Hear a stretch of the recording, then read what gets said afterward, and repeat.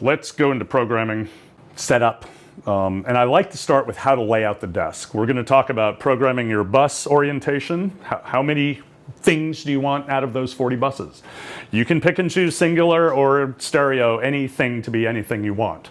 So I don't tell you, you've got 12 aux sends and 12 subgroups, you know, there's 24 buses. Nah, what if I want just 2 audio subgroups, 1 in stereo, and I want 16 aux, 2 in mono?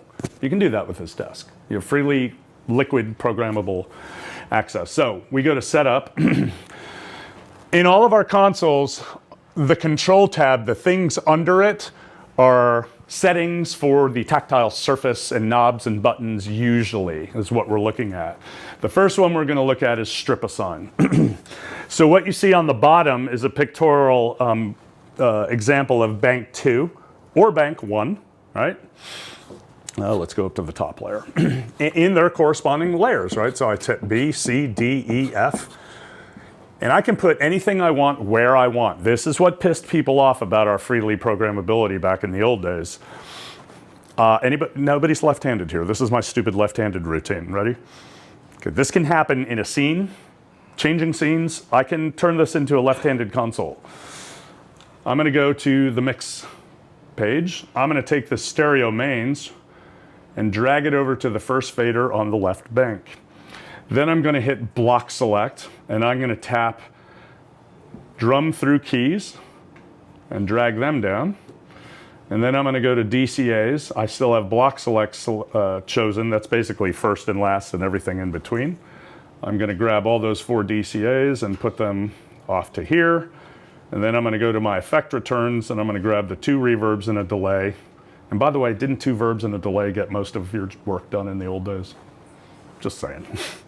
So now I have basically, not quite a mirror, but I put my masters on the left. You can put anything anywhere you want.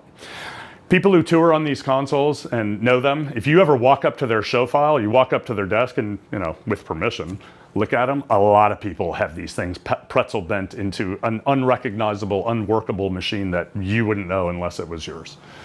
You know, which speaks to the magic of being able to contour it to your own personal needs. I'm left-handed. I want my left-handed side over here. Darn it, that's discrimination. You know, all that happened with audio going through the console too. I could have a state of scenes operation, and we're not going to, going into scenes is like a whole class on its own, and I'm not the best at it. But you can have a state of operation where firing a scene from a hotkey would basically invert the layout of the console from one person to another just for a user preference. Or I can have a scene change, just make one change accounting for the fact that I've got a different mic on a different amp tonight. You know, or you can scope and safe and recall things in very theatrical, granular ways. We do have QLab drivers that work for DLive and Avantis as well. But anyway, the sort of point was that this is how you lay the console. You see your attributes and you drag them around, right? So you just drag it where you want it to be, and it lands there. I'm going to reset this. I'm going to go back to inputs, tap 1 through 12. And by the way, where are all the inputs? What happened to them? I'm going to scare them. Oh. They're still here, potentially. They're still here. They're still here. They're still running in the desk. Their inputs, wow, that was cool. That literally like went right over your head like a pole vault or something.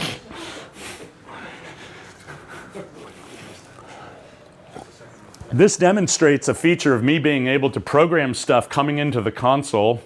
Maybe I input gain it, I signal process, I bus it to different places, put it under the control of a DCA, and then swipe it off the desk so nobody can mess with it. You know?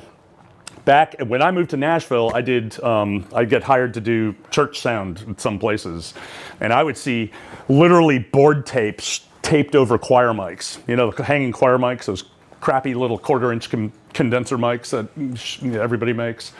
You know, gone are the days of the 451s and the KM84s, right? Which were wonderful, but these little tiny miniature mics they're so awful in their polar response that they're very finicky about gain before feedback. So people would set them up and would literally tape over all the pots so nobody would touch them. Well, What happened to those 4 kick mics? Remember that were the first 4 channels? Let's say those were 4 choir mics. I got them into the desk, I bust them where they needed to go. They're still assigned to this DCA. Watch this. Boop, there they are. So you can pull them up. You can have stuff going through the desk and either hide it permanently or assign it to a DCA just to harvest up when you need. Younger engineers, totally the thing now on 12 fader.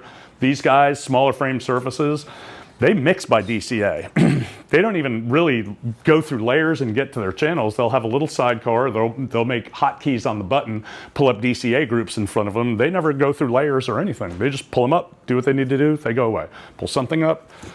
I mean, I've seen guys that say they don't even program the layers on these. These are more prevalent in small portable touring. These are just starting, obviously. But they mix by DCA. I would be in complete paralysis at that concept, being raised on analog consoles in the 90s. But here are some of the creative things you can do, right? So, where were the kick drums? Well, they're still there. They're just under the hood. I'm going to put these all back. Back they come. Yep, there we go.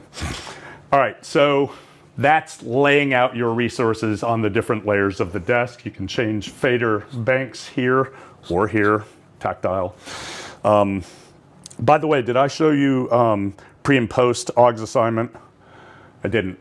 I'm done with this, except for this. There's a little button here they put. Notice the right side of your console, the 4 faders are silk screened gray. That can represent a locked section of things that you never want to move if you want. So if I tap it, boom, these 4 faders, as I go through the layers, they're not going to go away. They just stay put. So that's basically tied up those 4 faders to only be the things I put on the top layer. I've effectively gotten rid of 5 times 4 programmable faders in the process, so there's 20 faders that are taken out of the picture, but some people like the idea of a locked section. You can also do that, what we call freeze in layers. Different console companies do it different ways. If you look up here, the 3 buttons, pre, safes, and freeze. If I press and hold freeze, I can tap some things and lock them. You'll see the little writing on the scribble strip. And now when I go down different layers, you'll see that those things, those 3 things, I skipped one, don't change. And if I want to unfreeze, I press and hold freeze. And you see the little padlock is locked. Now I'm going to unlock it. And they're unfrozen. So this idea of locking the 4 faders, you could have done that anyway. But that speaks to the generation who wants to know something's there, don't want to lose it.